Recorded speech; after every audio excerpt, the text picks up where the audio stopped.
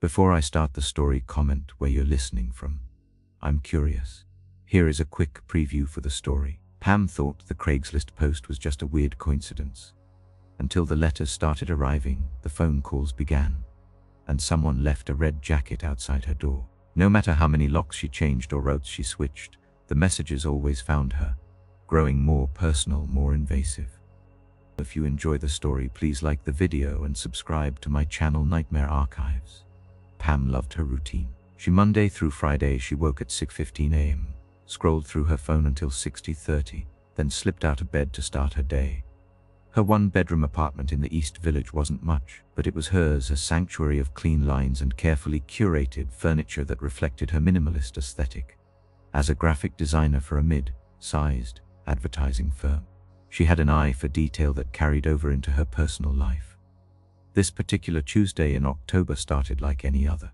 The autumn breeze rustled through the leaves outside her third-floor window as she stood in front of her closet, debating what to wear.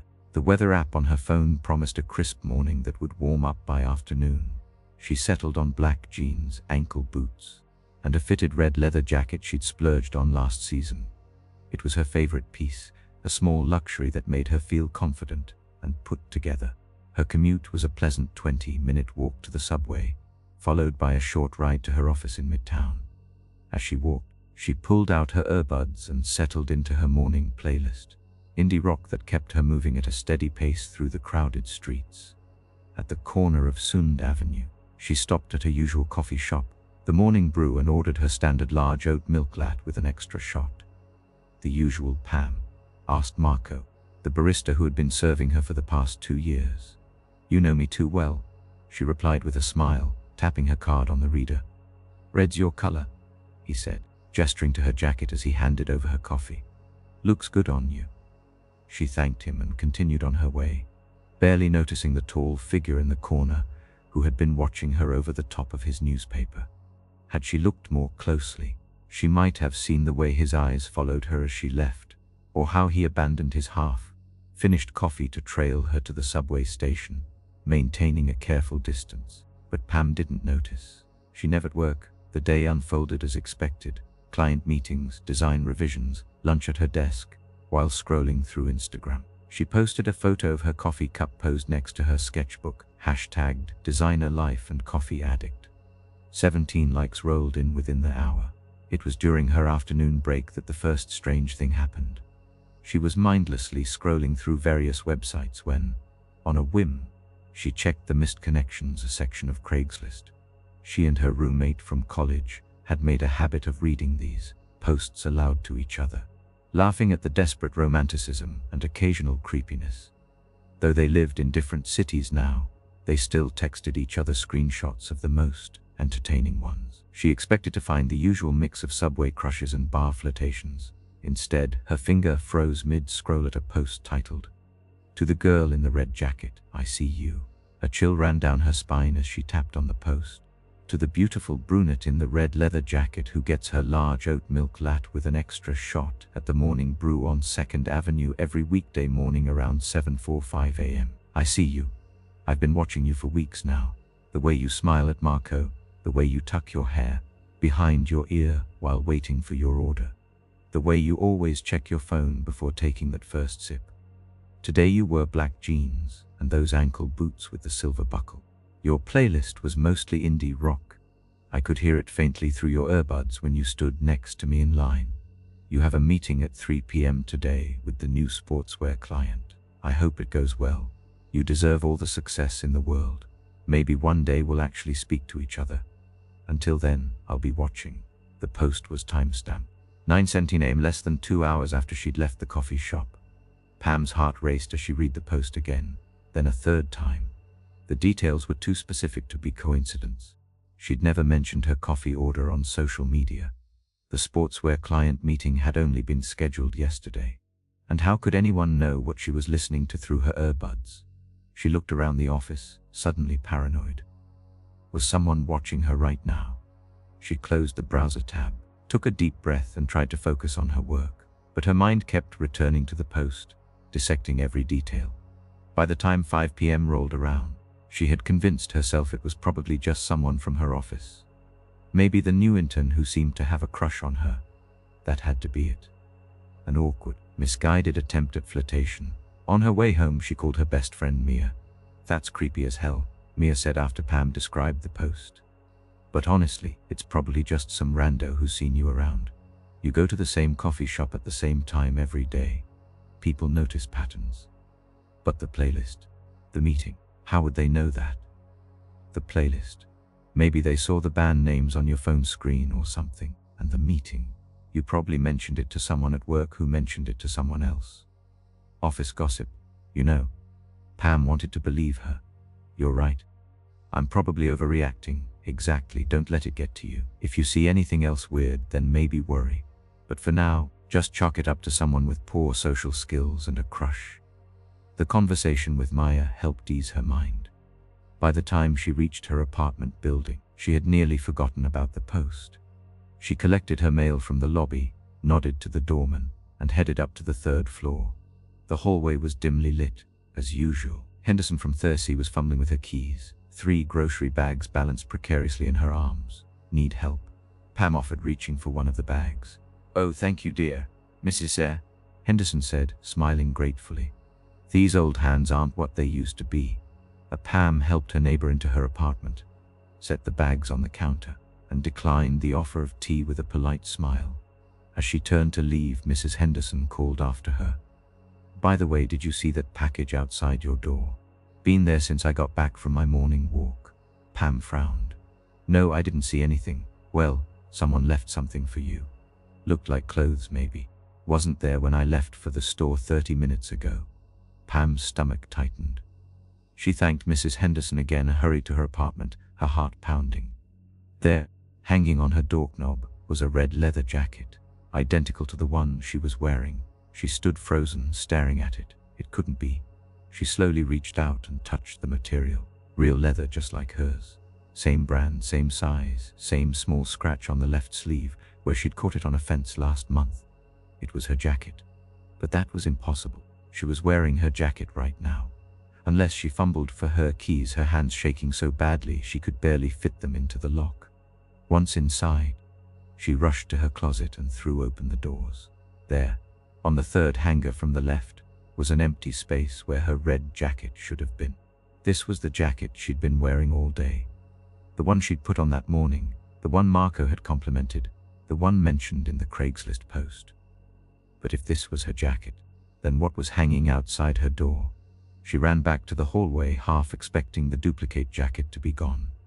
But it was still there, swaying slightly in the draft from the stairwell. She grabbed it and brought it inside, laying both jackets side by side on her bed.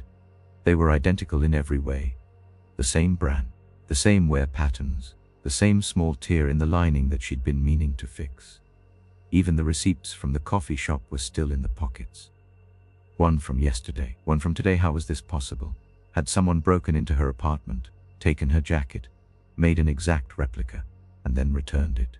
But why? And how had they gotten past her locks, past the doorman? She paced her apartment, checking windows, the fire escape, under the bed, in the closets. Nothing seemed disturbed.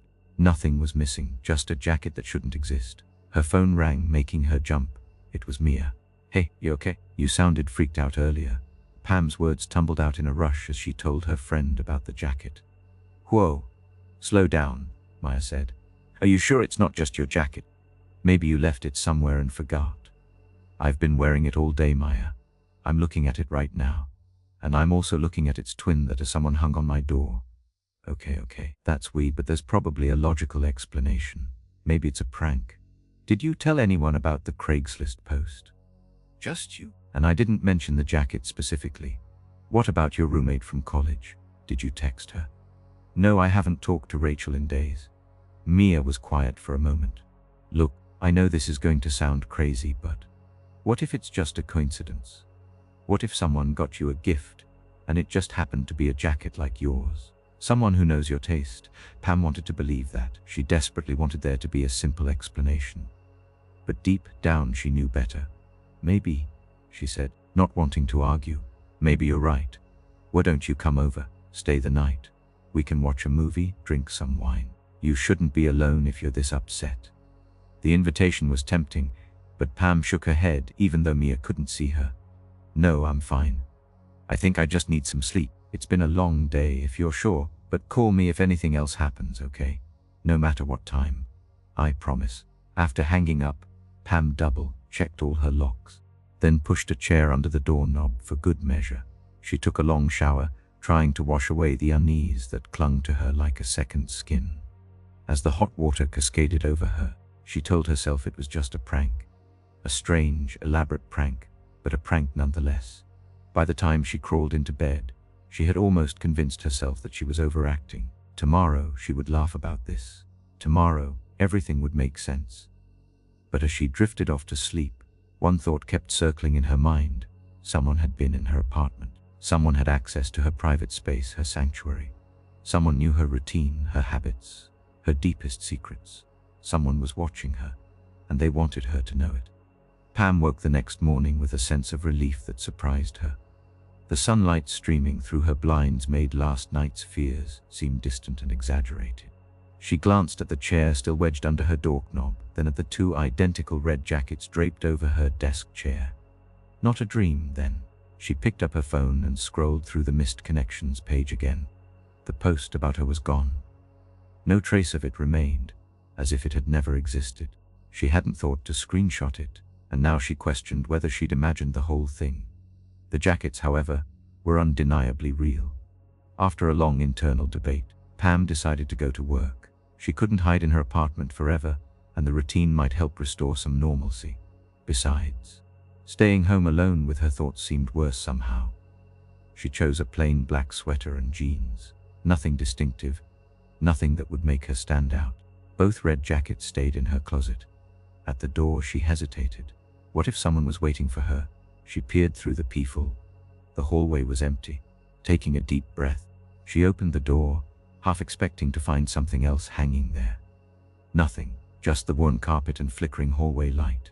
She decided to skip her usual coffee shop, taking a different route to the subway and stopping at a chain cafe she normally avoided. As she waited for her coffee, she scanned the other customers nervously. A businessman on his laptop, two college students sharing headphones, a middle-aged woman with shopping bags. No one seemed to be paying any attention to her. At work, she kept to herself, declining lunch with colleagues and keeping her office door closed. She jumped when her boss knocked, entering without waiting for her response. "Everything okay, Pam?" Mike asked, frowning at her. She said, forcing a smile. "Just focused on the sportswear layouts." Good, good. "Oh, this came for you." He dropped a small manila envelope on her desk. Reception brought it up, but Pam stared at the envelope after he left. Her name was typed on the front, no return address. With trembling fingers, she opened it. Inside was a single sheet of paper with typed text. "The blue blouse brings out your eyes better than the black sweater. You should wear it tomorrow. I liked watching you check your peephole this morning. So cautious, the cafe on 39th doesn't make your coffee right. Too much milk. Don't worry, I don't mind if you change your routine. It makes things more interesting." The paper slipped from her fingers. Someone had been watching her this morning. Someone knew what she'd worn, what she'd done before leaving her apartment, where she'd gotten her coffee. She ran to the bathroom and locked herself in a stall, fighting waves of nausea. Her phone buzzed with a text from an unknown number. "Don't be scared, Pam. I'm only trying to get to know you better." She deleted the message and blocked the number with shaking hands. When she finally emerged from the bathroom, she went straight to Mike's office. "I need to take the rest of the day off," she said, not bothering with pleasantries. "Family emergency." Mike looked concerned but nodded. "Of course, is there anything I can do?" "No, thanks. I'll work from home tomorrow." On her way out, she stopped at the reception desk. "Did you see who delivered that envelope for me?" At the receptionist, a college student named Tyler shrugged. "Sorry, found it with the morning mail. Assumed it was delivered with everything else." Outside, Pam hailed a cab rather than taking the subway. She wasn't taking any chances. At home, she locked the door, checked all the windows, and then collapsed onto her couch, exhausted by fear. After calling Mia and getting her voicemail, Pam decided to do something proactive. She searched online for information about stalking and found a checklist of recommended actions. Document everything. Vary your routine. Inform friends and family. Check for tracking devices. The thought hadn't occurred to her. She spent the next hour checking her purse, phone, laptop, and clothing for anything suspicious. Finding nothing didn't reassure her. As evening fell, her buzzer rang. She jumped, then approached the intercom warily. Yes. USPS delivery for Pamela O'Connor, a man's voice. I'm not expecting anything. Just need a signature, Mom. But reluctantly, she buzzed him in, keeping the chain on her door as she opened it. The delivery man looked legitimate, holding an official-looking package and electronic signature pad. ID? She asked. He showed her his postal service badge without complaint. It looked real. She signed for the package and shut the door quickly, sliding the chain back into place. The package was a standard bubble mailer with her name and address printed on a label. Inside was an unmarked white envelope. Her hand shook as she opened it. Inside was a folded sheet of paper and a small jewelry box. The note read, I saw this and thought of you. It matches your eyes. Wear it tomorrow so I know you got it. The jewelry box contained a pair of small sapphire earrings. They were beautiful, elegant, and terrifying. She dropped them as if they were poisonous. Her phone rang, Mia returning her call. I got your message. What's going on? Pam explained everything. The note at work, the text, the earrings that had just arrived. That's it, Mia said firmly. You're calling the police? And tell them what? That someone's sending me gifts and knows my routine. They'll laugh me out of the station. This is stalking, Pam. It's illegal. Fine, I'll call them. But I doubt they'll do anything. Maya was right about one thing. She needed to report this. After hanging up, Pam called the local precinct and explained her situation to a bored-sounding officer. He took her information and promised someone would contact her to take a statement. In the meantime, ma'am, try to document any further communication and consider staying with a friend if you feel unsafe. The dismissive tone in his voice told Pam exactly how seriously they were taking her case. Not that she blamed them. Nothing technically criminal had happened yet. She spent a restless night on the couch, the TV on for background noise, jumping at every sound. Morning brought no relief. No one from the police had called. She sent an email to work saying she had a stomach bug and would be working remotely. As she made coffee in her kitchen, her phone chimed with an email notification. It was from an address she didn't recognize, at watchingpam@gmail.com. Her hand shook as she opened it. Good morning, beautiful. Wise decision staying home today. You need your rest. That couch isn't good for your back though. Next time try the bed.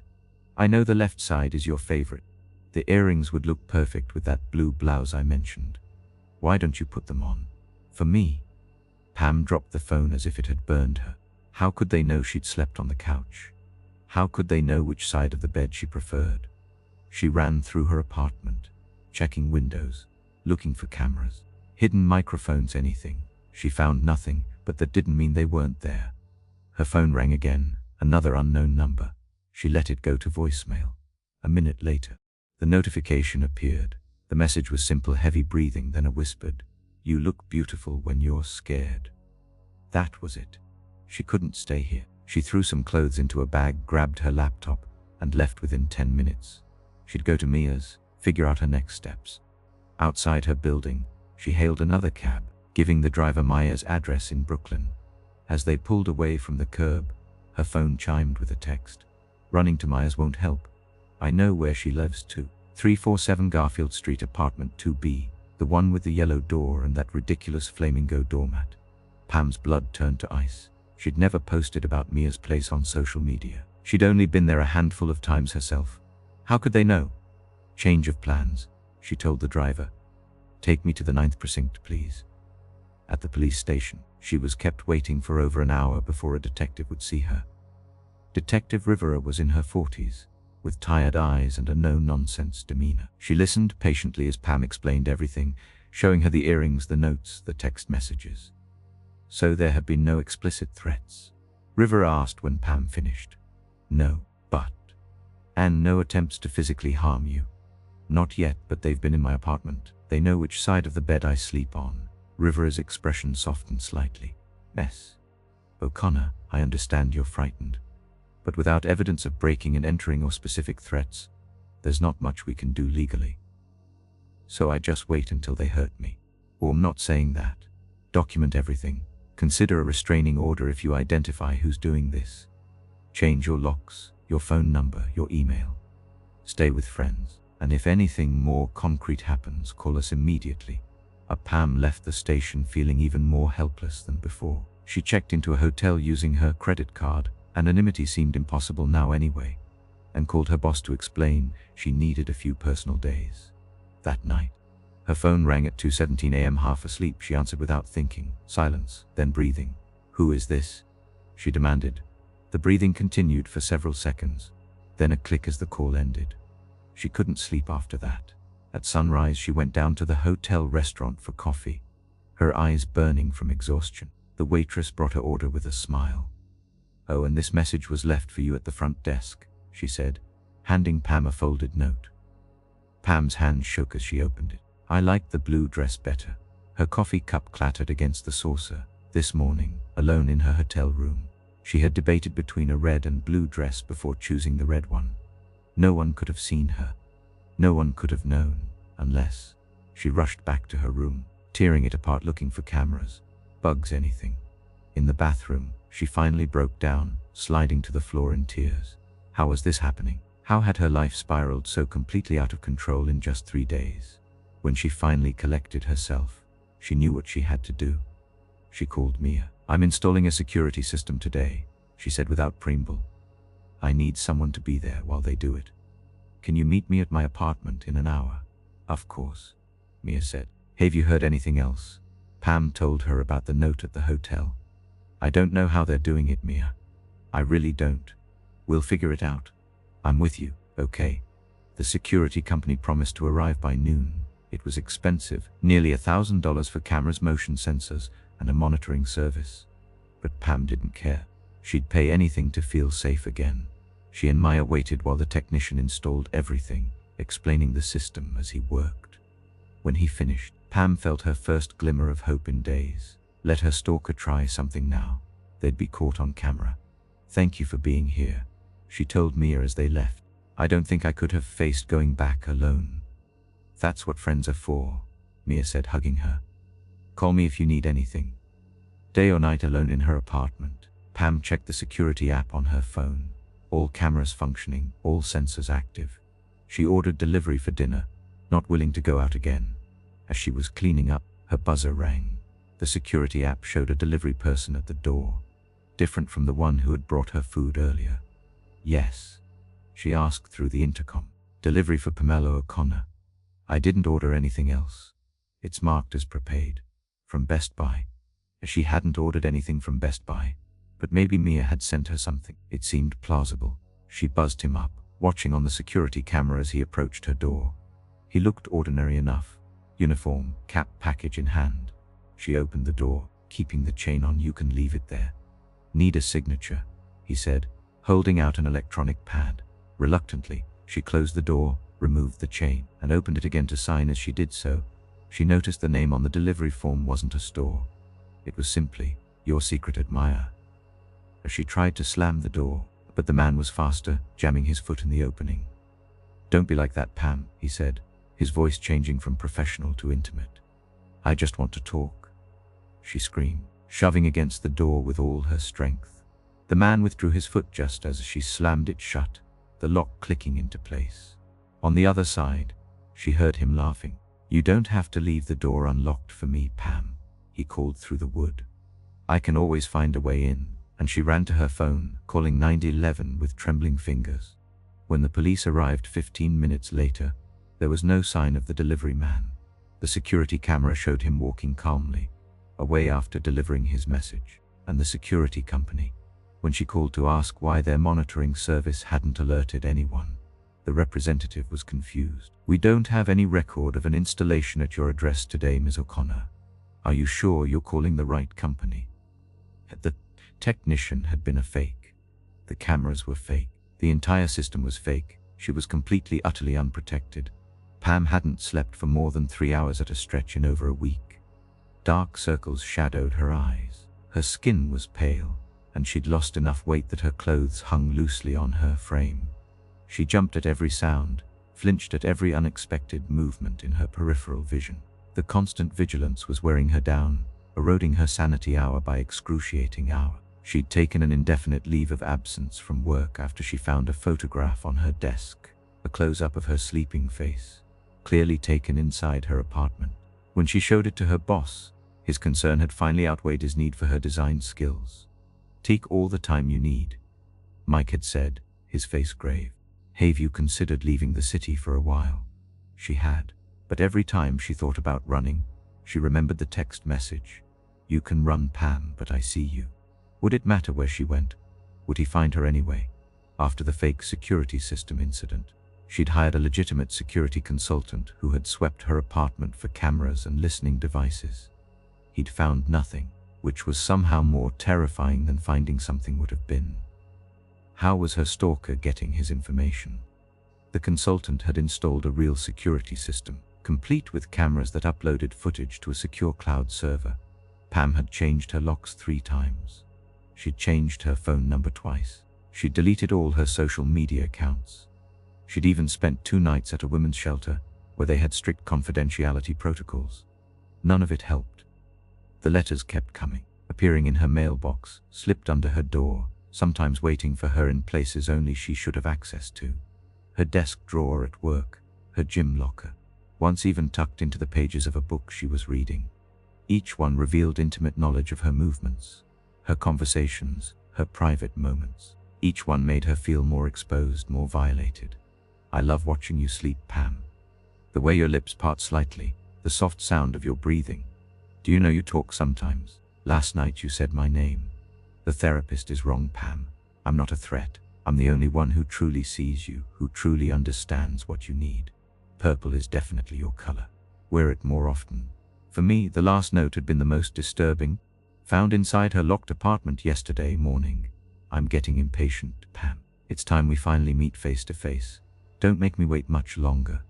She'd called Detective Rivera immediately, but the police still maintained there was little they could do without a specific threat or identified suspect. "Keep the note as evidence," Rivera had said. "Let us know if anything concrete happens." Concrete? Like what? Like finding him standing over her bed one night. Like becoming another statistic on the evening news. Now, as she sat on the edge of her bed at 3 a.m., unable to sleep despite the exhaustion that saturated every cell in her body, Pam knew she was reaching her breaking point. She couldn't live like this anymore. The constant fear was destroying her. Her phone buzzed with a text from "Me, you awake? Just checking in." Pam sighed. Maya had been her rock through all of this. Checking in at odd hours, offering her coach, researching stalking laws and protection strategies. But even Maya's support couldn't fix this nightmare. "Yeah, can't sleep. What's your excuse?" "Deadline for the Wilson account." "How are you holding up?" Pam stared at the phone. How could she explain what it was like to feel hunted in your own home? To flinch at shadows and whisper your conversations for fear of being overheard? Not great. Thinking of leaving the city for a while. The reply came instantly, finally. "Where will you go?" Good question.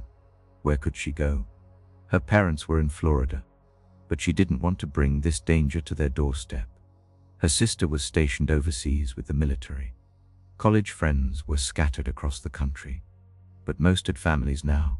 She couldn't impose that kind of risk on them. "Not sure yet, just need to get away."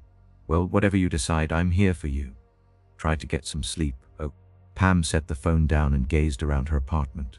It had once been her sanctuary, the space she'd carefully curated to reflect her personality and style. Now it felt like a prison, or worse, a fishbowl where she was constantly on display for an unseen observer. She'd removed all personal touches over the past weeks. Photographs, mementos, anything that revealed something about her. The apartment looked sterile now, impersonal, like a hotel room or a staging area. The thought came to her suddenly. She needed not eventually, not tomorrow. Now, tonight. A surge of adrenaline cut through her exhaustion. She grabbed her laptop and began searching for options. Hotels were too obvious, too easy to track. In required registration information. She needed something anonymous, somewhere she could disappear. Motels. Old-fashioned, cash-only motels. The kind of places that didn't ask questions. She found one about 10 miles from her apartment. The Starlight Motel, a relic from the 1960s that had somehow survived the city's endless redevelopment. The website looked like it hadn't been updated since the early 2000s. but it advertised no reservation needed and cash customers welcome. Perfect. Pam threw some essentials into a duffel bag: clothes, toiletries, her laptop, phone charger. She hesitated over her red jacket, then left it hanging in the closet. Too recognizable. She'd buy new clothes if she needed to. She withdrew $500 from an ATM several blocks from her apartment, then hailed a cab rather than using a ride-sharing app that could be traced. The cabbie gave her a curious look when she requested the Starlight Motel, but said nothing. The motel was exactly as she'd imagined, a two-story horseshoe of rooms around a cracked parking lot, a flickering neon sign missing several letters.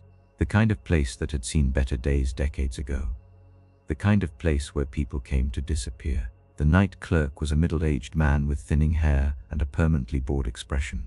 He barely looked up from his phone as Pam requested a room. "ID?" he asked, sliding a registration card across the laminate counter. She hesitated. "I'd prefer to pay cash. No ID necessary, right?" Now he looked up, studying her face. Whatever he saw there, fear, desperation, exhaustion, seemed to satisfy him. He nodded slowly. "Room 217, top floor, corner. Quietest room we have. $80 a night, 2-night minimum." She handed over the cash, and he passed her a key attached to a plastic fob. "Checkouts at 11. Ice machines busted. Vendings by the office. No smoking in the rooms." Pam thanked him and headed up the metal staircase to the second floor. The motel was quiet, only a few other cars in the parking lot. Room 217 was at the far end, as promised.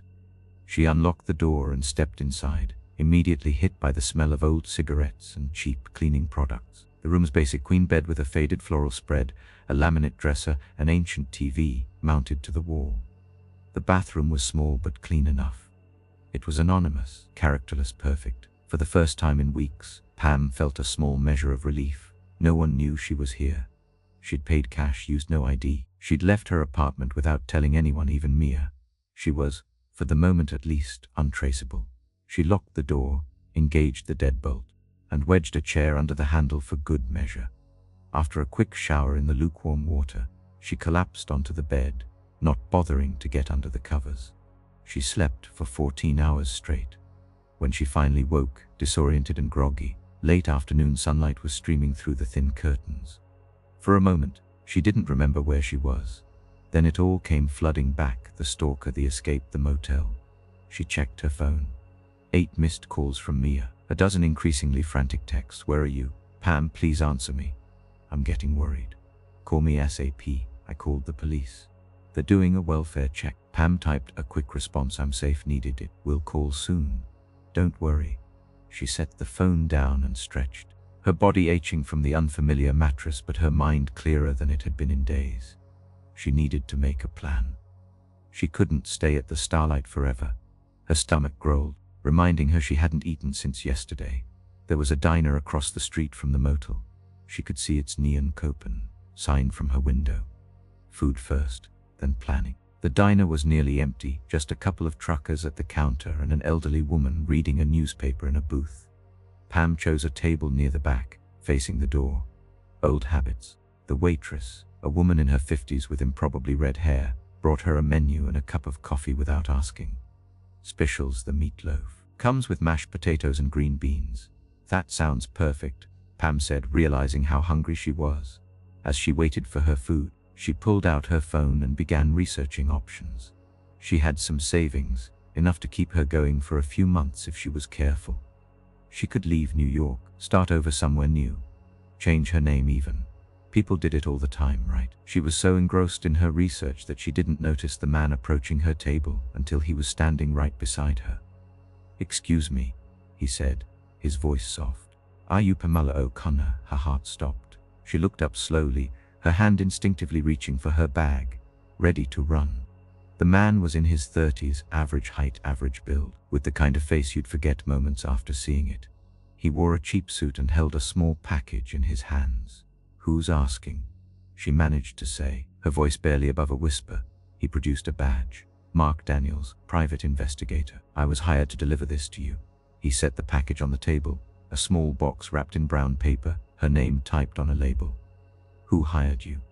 she demanded. "Client confidentiality," he said, looking genuinely apologetic.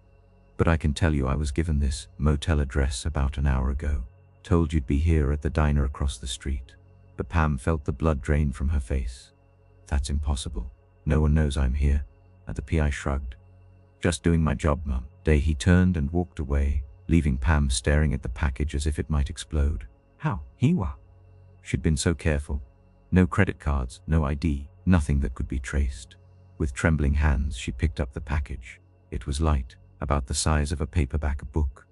No return address, no postmark. Just her name. She should leave it, walk away, call the police. But some terrible curiosity compelled her to open it. Inside was a disposable cell phone. As she held it, it vibrated in her palm. "I knew miss you already." Pam dropped the phone as if it had burned her. She threw cash on the table for her uneaten meal, grabbed her bag, and ran back to the motel. The night clerk was gone, replaced by a young woman who barely looked up from her textbook as Pam rushed past. In her room, Pam threw her few belongings back into her duffel bag. She had to leave now. Get as far away as possible. Her own phone buzzed with a call from Mia. She answered it, her voice shaking. "He found me, Mia. I don't know how, but he found me." "What?" Pam slowed down as she explained about the PI, the package, the phone. "Jesus Christ," Mia whispered. "Where are you?" "Come, no," Pam said sharply. "No, I want you involved. Leaving. I'm going somewhere else. We here. I can't tell you. It's safer if you don't know. Pam, please." "I have to go. I'll call you when I can." She hung up, cutting off Mia's protests. She couldn't risk her friend's safety. Couldn't risk anyone else being hurt because of her. She slung her bag over her shoulder and headed for the door. As she reached for the handle, a folded piece of paper slid under the crack, coming to rest at her feet. Her breath caught in her throat. She bent down slowly and picked it up, unfolding it with trembling fingers. "Running won't help, Pam. I'll always find you." A sob escaped her throat. This couldn't be happening. It couldn't be real. She yanked open the door, half expecting to find him standing there. The walkway was empty. She ran down the stairs, scanning the parking lot frantically. Nothing looked out of place. No one was watching her, but she knew better now. He was always watching, always one step ahead. Her car was in long-term parking near her office. She couldn't go back to her apartment. She had cash, her ID, her phone. It would have to be enough. Pam walked to the main road and hailed a passing cab. As it pulled up, she made a split-second decision. Port Authority bus terminal. She told the driver, "As fast as you can." The bus station was crowded, anonymous. She could disappear in the masses, buy a ticket to anywhere. She approached the ticket counter, scanning the departure board. "Next bus to anywhere far from here," she told the clerk. The woman raised an eyebrow. "We got a bus to Houston leaving in 20 minutes. That far enough?" "Perfect," Pam said, sliding cash across the counter. She boarded the bus, choosing a seat near the back. As the bus pulled away from the terminal, she felt a weight lifting from her shoulders. She was leaving it all behind. Her apartment, her job, her life in New York. The stalker would have nothing left to fixate on. As the city lights faded behind them, Pam leaned her head against the window and closed her eyes. For the first time in weeks, she felt like she could breathe again. Her phone buzzed in her pocket. She should turn it off, throw it away even. But some morbid curiosity made her look at the screen. Unknown number. She should ignore it. She knew she should. But her finger moved of its own accord, accepting the call, raising the phone to her ear. For a long moment, there was nothing but silence. Then a familiar voice, one she'd heard on countless messages, whispered in her ear. "You can run, Pam, but I see you." She looked up, her eyes meeting those of the man sitting across the aisle. Average build, forgettable face.